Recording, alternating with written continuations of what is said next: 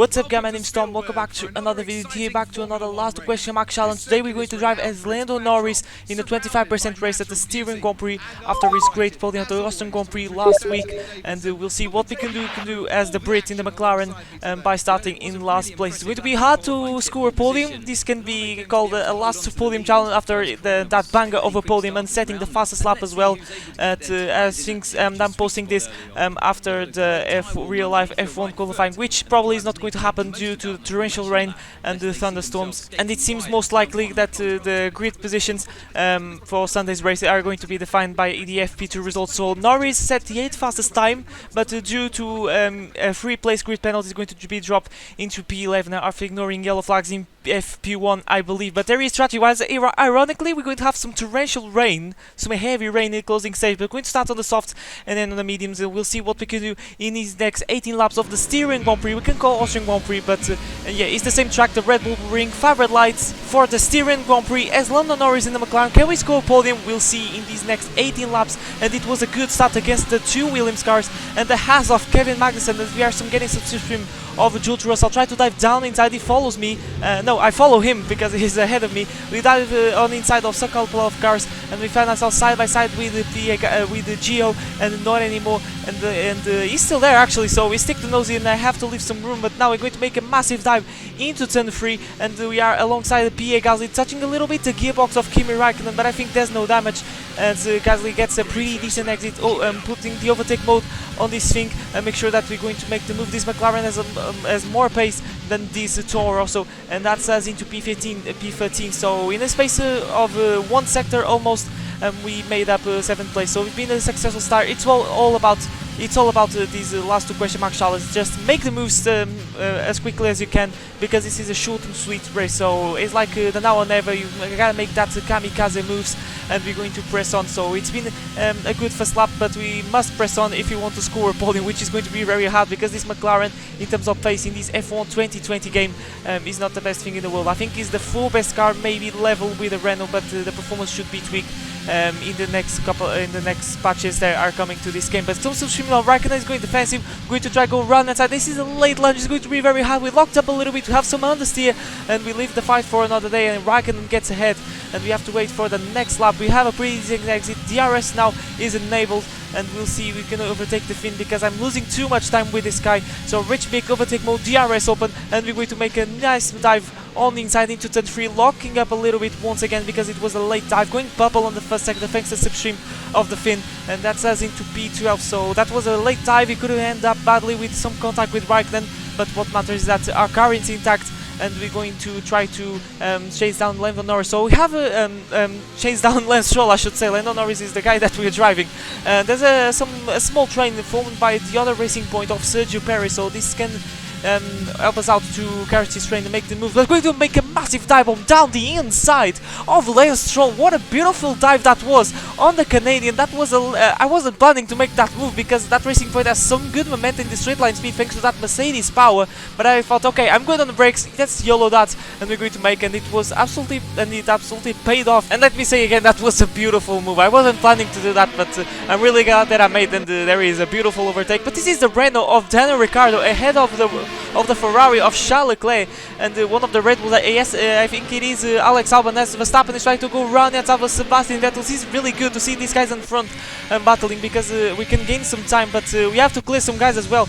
But once we get in clear, I hope these guys are still going at it, as Vettel tries to go round outside of Verstappen. This is a very weird camera shot, and Verstappen gets ahead of the Ferrari, which is really good in this game. But the Ferrari, in theory, by what we've seen in these weekends, the Ferrari is weaker than the McLaren, which is very weird to say. I'm a Ferrari fan, so these are not easy times, to say the least. But now try to chase down Esteban Ocon. Not the massive dive bomb, not as aggressive as we did on Stroll, but nonetheless, it was a nice dive bomb, last minute dive bomb. It was further than Stroll, but I was less aggressive with the steering wheel because I didn't want to ruin everything. and we're going to press on, and we are already on the point in P10 in the middle stage, almost the middle stage of this Grand Prix. So Sainz seems to be stuck behind Sergio Perez. No surprise, because that racing point is really OP in the straight line. And let's see if we can overtake our teammate. We should have some team orders here, but Sainz is not going to make things easy. But we're going to try to do the same on Renault. That was so close to lose my front wing. Sainz was really good on the brakes. I was a little bit hesitant and decided to back off, and thankfully we slam on the brakes in time, and we didn't lose any bits of front wing, and we survived in this Styrian Grand Prix as we were watching the replay of my dive bomb on Esteban Ocon. That was so close, as you can see in the nose cam.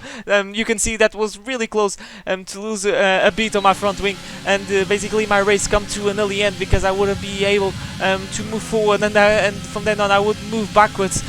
So we have to wait, and Sainz in that lap actually backed off a little bit, so it broke a little bit my confidence. That close call with my teammates, and Esteban Ocon now is getting closer and closer. He's going to allow to go on inside through this long left-hander as we are finishing the second sector, and we are alongside the Renault, so that Renault is really good in the straight line, it seems, and I think he has the overtake mode, and we're going to try to squeeze him as much as we can, as you can see. But Esteban now is in front of us, but we're going to yeet on the inside through the long right-hander, and that's us, and we managed to give him a very aggressive squeeze, because we know in this game that TI is so much aggressive than in the 2019 game, so we have to be aggressive as well. But things are really looking good for us. But on lap 9, as I cut the pit line, as you can see, so that would have been a penalty, but we got away because this is a video game.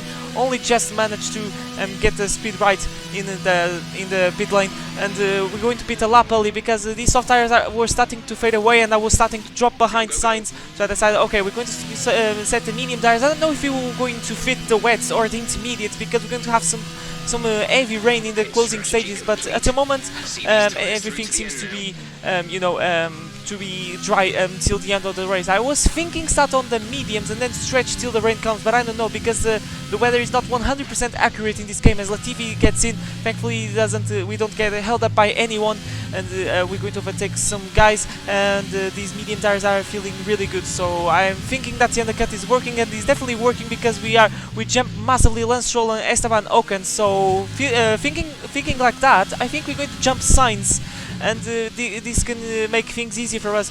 Not jumping Sainz, but as well Sergio Perez as Sainz in, and we're going to get on his own board and see how much we're going to jump, or if we're going to be in front of us. But he's been stuck behind the dirt here of the racing point. It seems to be faster. The racing point seems to be slower than me, so I think this undercut can really work. As we go into the last corner, it's been a very tight lap. As we go a little bit wide, that would be a warning if it was strict undercutting rules. As now we're leaving the pit, standing off the pit limiter, and as we go through the 10-1, hit the 100 brake marker, being very careful with the track limits despite being on normal, and we are definitely ahead of Carlos Sainz in this Styrian Grand Prix, so the undercut has definitely worked, and we are not that far from the Red Bull of Alexander Albon. So I'm really happy with the pace in these mediums. I was a bit worried generally when I fit the harder compound tire, and generally my pace started to drop a little bit, but I was kind of relieved to see. And this McLaren is absolutely on rails comparing with my Tom Motorsport car of my F1 2020 My Team career mode, and I haven't tried this game at the moment, so I really have to jump on time trial with the Mercedes, because feeling this McLaren is on rails. I can't even imagine the Mercedes. But we're starting our final lap. I'm trying to catch Albon, but we can't, and Ricciardo as well, that is ahead of the Red Bull, but I have no pace in this McLaren at the moment. So in the last lap I decided, okay, I'm going to do like in a real life Grand Prix, the Austrian Grand Prix, and I'm going to try to set the fastest lap, but we not have much fuel and DRS to play, but still I'm going to try to set the fastest lap in style and finish this race in style, I should say. But we're going purple in the first sector, so the first sector has been pretty good, as we have a little bit of wheel spin in the exit of turn 3, so that wasn't ideal, as my tires are starting to fade away, and make sure to hit the 100 brake marker, because it's the downhill cone. It's very easy to lock up. We hit the apex, a little bit of understeer I felt when I was driving. Once again a wheel spin, because I'm pushing so hard. I'm risking to get a DNF in my race because I'm pushing very hard in these later stages. Throw the car into the fast right hander. It's very important to get the right line right. Going the red on the second sector, so we didn't even improve our previous best, so we're not faster on our previous best, so things are not looking good to set a fast lap. Lewis Hamilton wins the Grand Prix as we cut massively the turn, the right-hander, so apologies for that, but yeah, gotta send it, and we're going to cross the line, and unfortunately he's not going to be the fastest lap, but he's going to be a very solid P8, I can say, by starting in last place, considering the pace in the McLaren in this game. I will absolutely take that every single day of the week. I could overtake the Renault and be best of the rest, but